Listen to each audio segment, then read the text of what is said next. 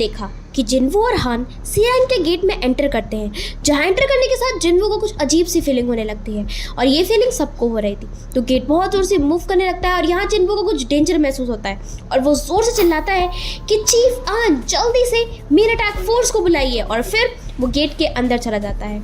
जिसके बाद chief Ahn जल्दी ही व्हाइट टाइगर गिल्ड के master S rank hunter Baek Yunho को फोन करते हैं और बेक यूनहो भी रेड गेट के बारे में सुन के काफी शौक होते हैं और खुद आने की बात करते हैं। तो अब आगे जिसके बाद हमको दिखाया जाता है कार का सीन जिसमें बैठा है दोंगसुक और जिनचुल। तो दोंगसुक जिनचुल से पूछता है कि आखिर मेरे भाई के अंतिम संस्कार का क्या हुआ, जिस पर जिनचुल उसे बताता है कि उसका जो फ्यूनरल था वो सीक्रेटली करा गया। तो पूछता है कि क्या आप उनके कब्र पर जाना चाहेंगे, जिस पर दोंगसुक उसे मना कर देता है और कहता है कि मुझे उसके डेथ में कोई इंटरेस्ट नहीं है, मुझे इंटरेस्ट है तो उस बखेड़े में जो उसकी मृत्यु यानी कि उसकी डेथ ने खड़ा करा है। जिसके बाद दोस्तों जिनचुल कहता है तो फिर आखिर आप जाना कहाँ चाहते हैं, जिस पर दोंगसुक कहता है ऑब्वियसली मैं जाना चाहता हूँ डंजन में, मैं उन्हें वहाँ डंजन में ढूंढने वाला हूँ क्योंकि ये बेकार के हंटर्स हमेशा डंजन में ही पाए जाते हैं। जिस पर जिनचुल कहता है कि आखिर आप कोरिया के अनगिनत गेट्स में उन लोगों को कहाँ ढूंढेंगे।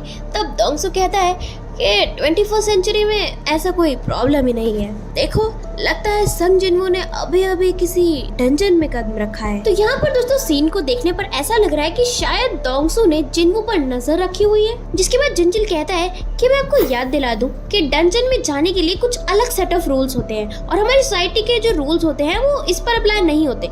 तो मैं आशा करता हूँ कि आप इस बात को समझ रहे हैं। जिस पर दोंगसू काफी ज्यादा गुस्सा हो जाता है और बोलता है कि जिनचुल मैं चाहे डंजन में कुछ भी करूं, उन्हें मारूं पीटूं, इससे तुम्हारा कोई मतलब नहीं है। जिसके बाद दोस्तों हमें दिखाया जाता है रेड गेट के अंदर का सीन जहां पर सभी हंटर्स जो है बहुत ज्यादा शॉक है क्योंकि यहाँ पर जो गेट था जिसे वो अंदर आए थे वो भी गायब हो चुका है और ये उन लोगों को डंजन की तरह भी नहीं लग रहा है। तभी यहाँ पर जिन्वो सोचता है कि यहाँ पर कुछ शक करने लायक तो उसे लग नहीं रहा होता, लेकिन वो सोचता है कि क्या ये कोई ऐसा गेट है जिसने हमें किसी दूसरी दुनिया में ट्रांसफर कर दिया है। तभी जिन्वो से हान कहती है कि क्या यहाँ पे कुछ गड़बड़ है और दोस्तों उसके तुरंत बाद एक अटैक होता है जो कि हान को लगने वाला था, लेकिन तभी जिन्वो उसे पकड़ लेता है और तभी वहाँ पर और बाकी हंटर्स पर भी अलग अलग तरह के अटैक होते हैं। तभी वो देखते हैं कि पेड़ पर वहाँ पर कुछ लोग खड़े हैं जो कि और कोई नहीं बल्कि है आइस एल्फ, और दोस्तों इन्हें तो जिन्वो भी सेंस नहीं कर पाया था। जिसके बाद दोस्तों हमें बताया जाता है कि जो लोग इनसे पहली बार मिल रहे हैं, इनसे पहली बार फाइट कर रहे हैं, वो लोग इन्हें आइस एल्फ बुलाते हैं, लेकिन जो इन्हें ऑलरेडी फेस कर चुके हैं बैटल्स में वो इन्हें अलग नाम से बुलाते हैं। ये बहुत ही बुरी तरीके से हंट करते हैं हंटर्स को, जिसकी वजह से इन्हें आइस लेयर्स भी कहा जाता है। जिसके बाद हमें दिखाया जाता है एस रैंक हंटर बेक यूनहो जो कि पहुंच चुका है अब उस गेट के सामने, लेकिन वो भी उस गेट के अंदर नहीं जा पा रहा है। वो कहता है कि ये तो बहुत परेशानी वाली बात है, क्या ये सच में सी रैंक का गेट था? जिस पर चीफ आन कहता है कि हाँ आप सही बोल रहे हैं सर, ये सी रैंक का गेट था। तब बेक यूनहो उसे कहता है कि क्या तुमने कोरियन हंटर गिल्ड को फोन किया?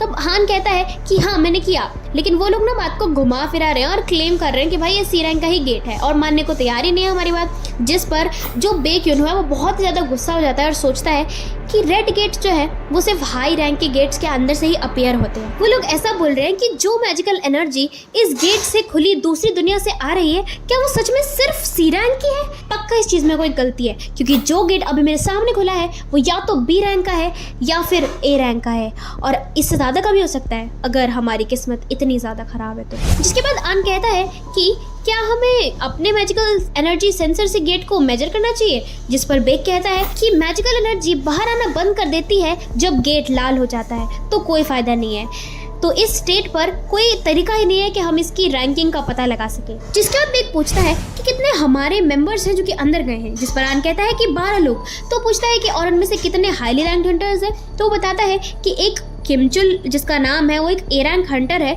उसे हमने कैप्टन बनाया है और 7 बी रैंक हंटर्स है। जिस पर भी एक सोचता है कि एक ए रैंक हंटर और 7 बी रैंक हंटर, और फिर वो सोचने लगता है कि या तो ये गेट ए रैंक का होगा या फिर बी रैंक का।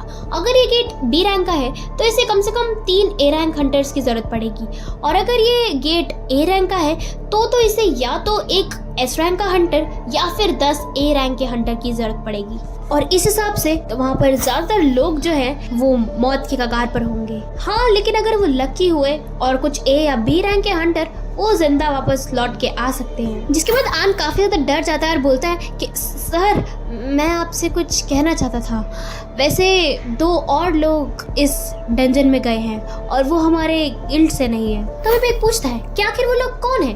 तब आन उसे बताता है कि उनमें से एक हंटर पर मेरी नजर बहुत समय से थी। और तभी बेक गुस्से में आ जाता है और पूछता है कि आखिर उस हंटर की रैंकिंग क्या है, वो ए रैंक का हंटर है, बी रैंक का हंटर है। इस बात पर आन चुप हो जाता है। तब उससे बेक कहता है कि इसका मतलब तुम कहना क्या चाहते हो कि क्या वो कोई एस रैंक का हंटर है। और तभी फाइनली आन उसे बताता है कि वो एक ई रैंक का हंटर है। जिसके बाद दोस्तों हमें दिखाया जाता है डंजन के अंदर का सीन, जहाँ पे जिन्वो का एक साथी बहुत बुरी तरीके से घायल होता है, जिसे देखकर जिन्वो सोचता है कि ये लोग बहुत ज्यादा चालाक हैं। इन्होंने हमारी टीम के 2 सबसे वीकेस्ट हंटर्स को अपना निशाना बनाया। अगर ये चीज 2 महीने पहले हुई होती तो शायद मैं भी इन्हीं के साथ ही होता, लेकिन क्योंकि अब ऐसा नहीं है तो मैं इन लोगों को अपने इन्हीं हाथों से मारूंगा।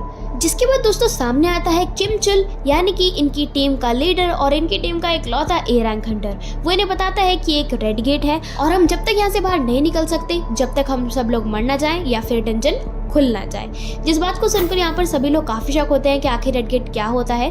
तब जिन्वो बताता है कि रेड गेट एक टाइप का स्पेशल गेट है जो कि हमें दूसरी दुनिया से जोड़ता है। अगर हम एक बार इसके अंदर आ गए तो ना तो हम लोग बाहर जा सकते हैं और ना कोई भी हमारी मदद के लिए अंदर आ सकता है। हम यहाँ से जब भी बचकर बाहर निकल सकते हैं, या तो हम यहाँ के बॉस को मार दें या फिर ये डंजन का गेट अपने आप खुल जाए।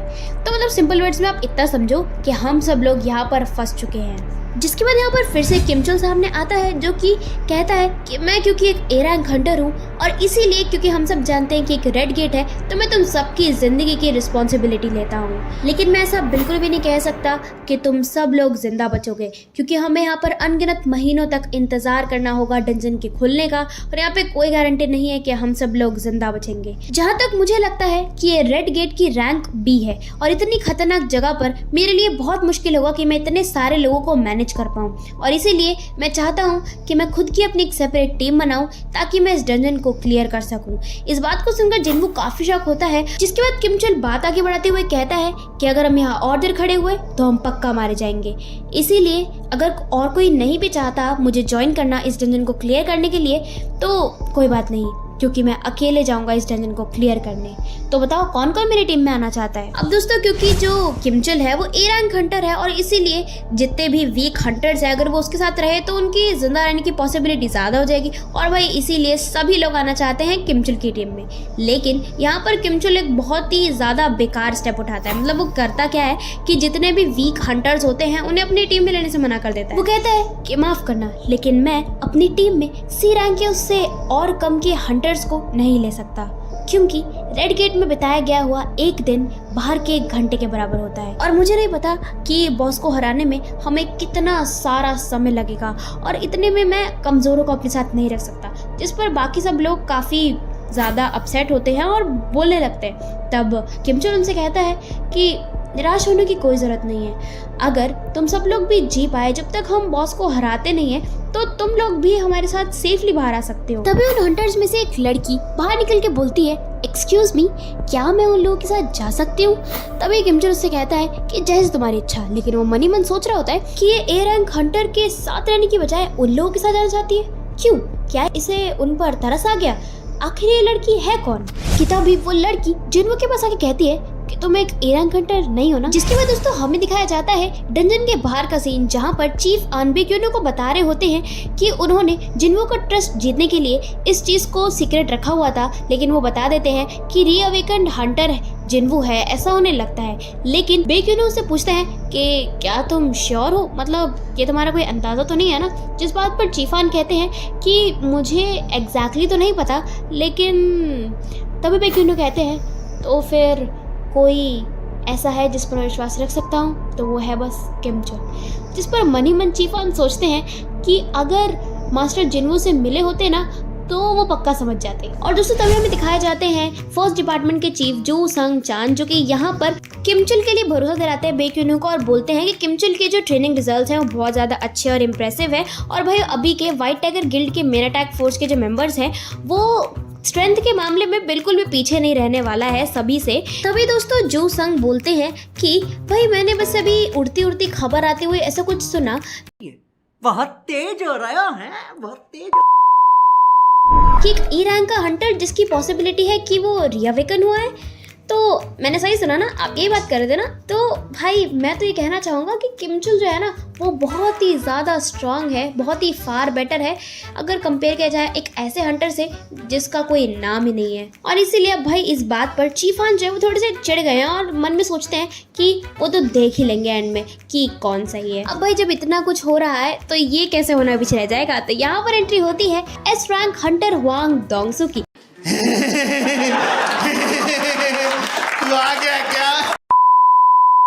जो देखते ही बोलता है कि आखिर व्हाइट टाइगर गिल्ड का मास्टर यहाँ क्या कर रहा है। और तभी भाई बेक्यूनो का जो है दिमाग एकदम खराब हो जाता है उसे देखकर कि S rank Hunter Huang Dongsu. और दोस्तों यहाँ पर सभी लोग काफी शौक है हुआंग डोंगसू को देखकर। तभी डोंगसू कहता है बड़े दिन बाद मिले बेक युनहू। और तभी दोस्तों डायरेक्टली बेक्यूनो पूछ लेते हैं कि तुम कोरिया में क्या कर रहे हो। तभी डोंगसू कहता है कि मैं तो यहाँ किसी काम से रुका था, लेकिन आखिर तुम यहाँ क्या कर रहे हो? कोरिया काफी छोटा है नहीं? तभी बेक्यूनो और ज्यादा गुस्सा हो जाते हैं और बोलते हैं सीधे सीधे सवाल का जवाब दो, आखिर ये आदमी इसे तो यूएस में होना चाहिए था, ये कोरिया में दोबारा आखिर व्हाइट टाइगर गिल्ड के एरिया में क्या कर रहा है? तभी डोंगसू कहता है व्हाइट टाइगर गिल्ड का एरिया? एक्चुअली मुझे तुम लोगों से कुछ पूछना था, क्या वो घटिया हंटर व्हाइट टाइगर गिल्ड आया है? तुम लोग उसे भर्ती करके सोच क्या रहे थे? मैं बात कर रहा हूँ उस ई रैंक किड के बारे में। जिस पर बेक्यूनो काफी शौक होते हैं कि ई रैंक तुम किस बारे में बात कर रहे हो। तभी वो कहते हैं संग जिनवू जो कि अभी डंजन में क्या है। तभी बेक्यूनो सोच रहे होते हैं कि आखिर जिनवू को डोंगसू कैसे जानता है। और तभी वहीं पे डोंगसू कहता है कि ये क्या है, क्या ये रेडिकेट है? जिसके बाद दोस्तों में फिर से एक बार डंजन के अंदर लेके जाया जाता है जहाँ पर जिनवू उस लड़की से कहता है कि तुम मुझे एक बात बताओ, तुम न्यू रिक्रूट्स हो ना, तो फिर तुम लोग इतने काम कैसे हो? जिस पर वो लड़की बताती है क्योंकि हमें पहली चीज जो कि सिखाई जाती है और वो होती है कि डंजन में कुछ भी हो सकता है। जिसके बाद दोस्तों यहाँ पर दोनों ग्रुप्स एक दूसरे को बाय कहते हैं, मतलब गुड लक कहते हैं और फिर डिवाइड हो जाते हैं। तभी वहाँ पर चलते चलते जिनवू से वो लड़की फिर से पूछती है कि क्या तुम मेरे सवालों का जवाब नहीं देने वाले? तभी जिनवू कहता है अच्छा। और फिर उसके बाद वो लड़की अपने मन में सोचती है कि ये मैन पक्का से ए रैंक का तो होगा ही होगा। और फिर वो सोचती है कि नहीं शायद। जिसके बाद दोस्तों हमें किमचुल और उसका टीममेट को दिखाया जाता है जो कि उन्हीं लोगों के बारे में बात कर रहे होते हैं, यानी कि जिनवू की टीम के बारे में बात कर रहे होते हैं। और तभी वो एक जगह को देखते हैं और उसे देखकर कहते हैं कि उन लोगों को यहीं पर पेशेंटली इंतजार करना चाहिए था, क्योंकि ये जो जंगल है ये आइस बियर टेरिटरी है। एक इनएक्सपीरियंस्ड ई रैंक हंटर की वजह से सब लोगों को अपनी जान गंवानी पड़ेगी। तो दोस्तों यहाँ पर वो इनएक्सपीरियंस्ड ई रैंक हंटर जिनवू को बोल रहा है। यस, आपने सही सुना, जिनवू को ही बोल रहा है। तो इस बात पर उसका जो टीममेट होता है वो कहता है तुम्हें क्या लगता है कि वो एक ई रैंक है तो उसे प्रॉपर कोचिंग मिली होगी? जिस पर किमचुल कहता है हो ही नहीं सकता क्योंकि वो एक ई रैंक है। लेकिन तभी दोस्तों किमचुल सोचता है एक मिनट रुको, उस टीम में कुछ सी रैंक भी है और बी रैंक भी, तो मैं ऐसा भी सोच रहा हूँ कि वही लीडर होगा।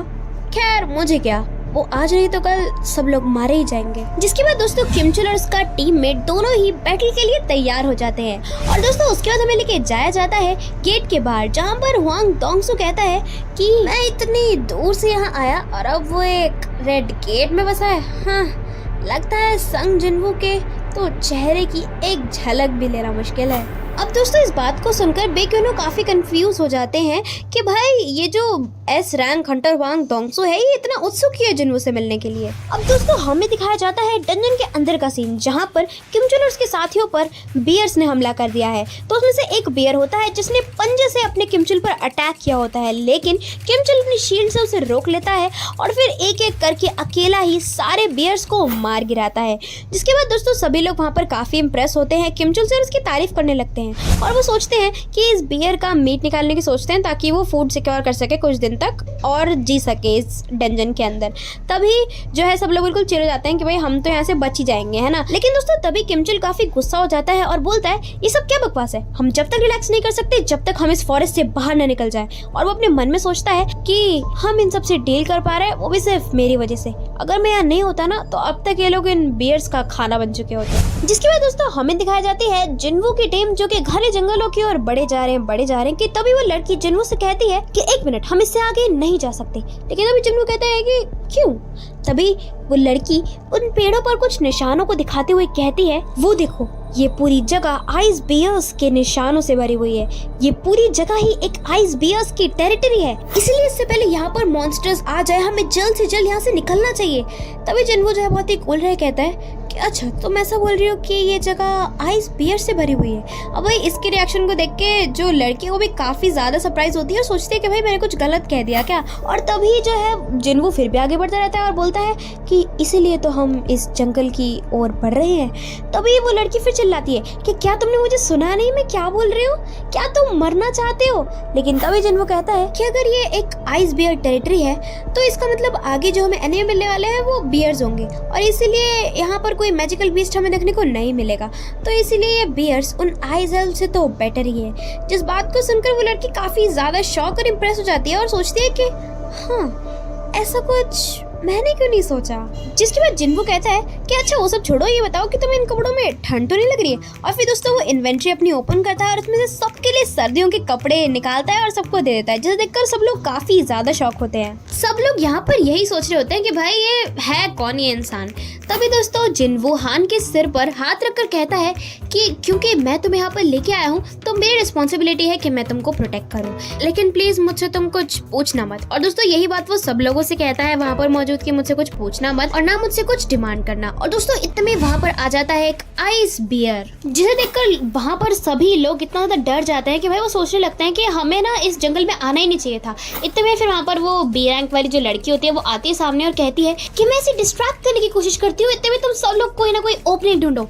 लेकिन इतने में जिन्वो सामने आता है और उसे पीछे करते हुए कहता है कि देखो मैं तुम्हें बात साफ साफ बता देता हूँ कि यहाँ पर जितने भी आइस बियर्स होंगे मैं उन्हें अकेले मारूंगा। और तभी भी दोस्तों वो लड़की उसे काफी रोकने की कोशिश करती है लेकिन जिन्वो नहीं मानता और तभी वो आइस बियर जिन्वो पर अटैक करने की कोशिश करता है। लेकिन यहाँ पर जिन्वो एक बहुत ही ज्यादा लॉन्ग जंप लेता है और उस बियर के डायरेक्ट सिर पर अटैक करता है, मतलब सिर पर इतनी जोर से पंच करता है कि भाई यहीं पे जो उस बियर का काम तमाम हो जाता है। अब इतने में बाकी सब लोग वहाँ पर जितने भी थे वो शॉक हो ही चुके होते हैं भाई, पर जो जिन्वो है ना वो पता क्या करता है, मार पीट के भाई उसके ऊपर बैठा होता है। उसे देखकर तो बाकी सब लोग और ज्यादा शॉक हो जाते हैं कि भाई ये बंदा है कौन। तो दोस्तों यही मेरे वीडियो खत्म होता है। तो आई होप को आज का वीडियो अच्छा लगा हो, मजा आया हो, कुछ नया देखने को मिला हो। तो मिलते हैं नेक्स्ट वीडियो में। तो अगर आपको ये वीडियो अच्छा लगा हो तो इस वीडियो को लाइक जरूर करना और चैनल को सब्सक्राइब करके रखना ही रखना, बिकॉज नेक्स्ट एपिसोड जल्दी आ जाएगा। ठीक है गाइस, और आप कमेंट्स में मुझे और भी अच्छे सजेशन दे सकते हो कि मैं और नई वीडियोस किस बारे में लेके आऊँ, जैसे आप चाहते हो। तो आज के लिए बस इतना ही, मिलते हैं नेक्स्ट वीडियो में, तब तक के लिए बाय बाय।